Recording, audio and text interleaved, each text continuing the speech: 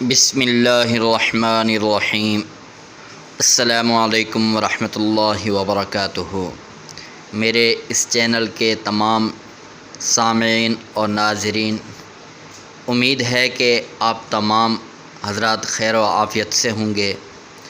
آج میں آپ کو جو وظیفہ اور دعا بتانے جا رہا ہوں، اس دعا کا مقصد اور مطلب صرف اور صرف پریشان حال انسانوں کے لیے ان کی دعا کو قبول کرنے کا بہترین وقت بتانا ہے، تاکہ وہ بہترین وقت میں اللہ تعالیٰ کی بارگاہ میں دعا کر کے اپنی تمام مشکلات کو، اپنی تمام پریشانیوں کو آسانی میں تبدیل فرما سکیں۔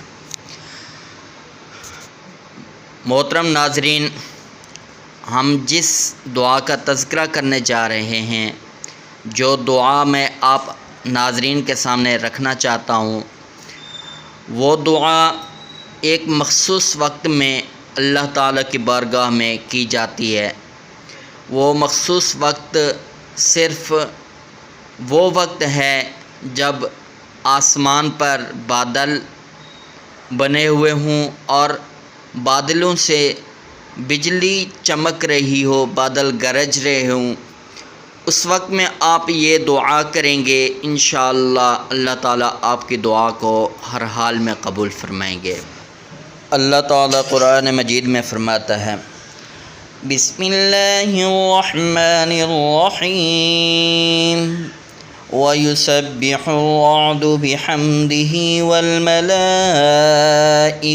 مِنْ خِيفَتِهِ وَيُرْسِلُ الصَّوَاعِقَ فَيُصِيبُ بِهَا مَن يَشَاءُ وَهُمْ يُجَادِلُونَ فِي اللَّهِ وَهُوَ شَدِيدُ الْمِحَالِ،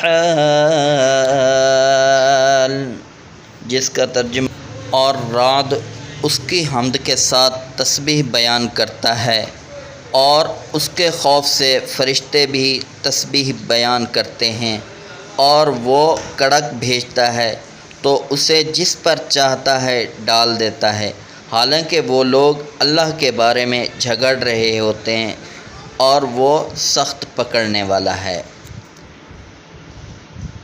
محترم ناظرین، یہ بجلی کی چمک کے بارے میں اللہ تعالیٰ نے جو قرآن مجید میں ارشاد فرمایا ہے، جس کا تذکرہ قرآن مجید میں ہے۔ اور اب آتے ہیں وظیفہ کی طرف۔ اگر کوئی انسان بجلی چمکتے ہوئے دیکھے تو اس وقت متعدد بار، کئی مرتبہ یا بار بار آپ جتنی مرتبہ پڑھ سکتے ہیں، ایک تیسرے کلمے کا جو ایک چھوٹا سا جملہ ہے، ولا حول ولا قوت الا باللہ، ولا حول ولا قوت الا باللہ، اس کو پڑھیں گے انشاءاللہ ہر دعا قبول ہوگی۔